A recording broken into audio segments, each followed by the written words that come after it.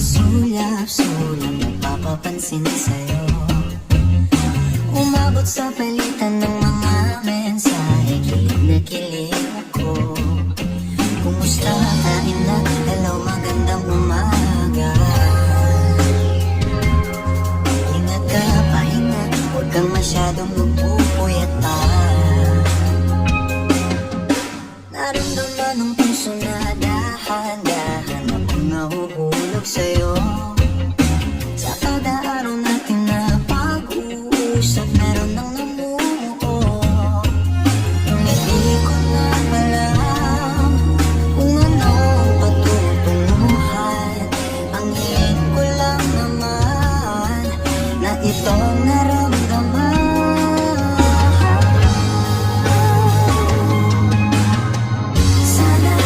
Sana naman mapagbigyan na at mapakinggan ang tibok ng puso kong sa'yo lang. Naramdaman ng tunay na kaligayahan. Sana naman mapagbigyan ang tibok ng puso.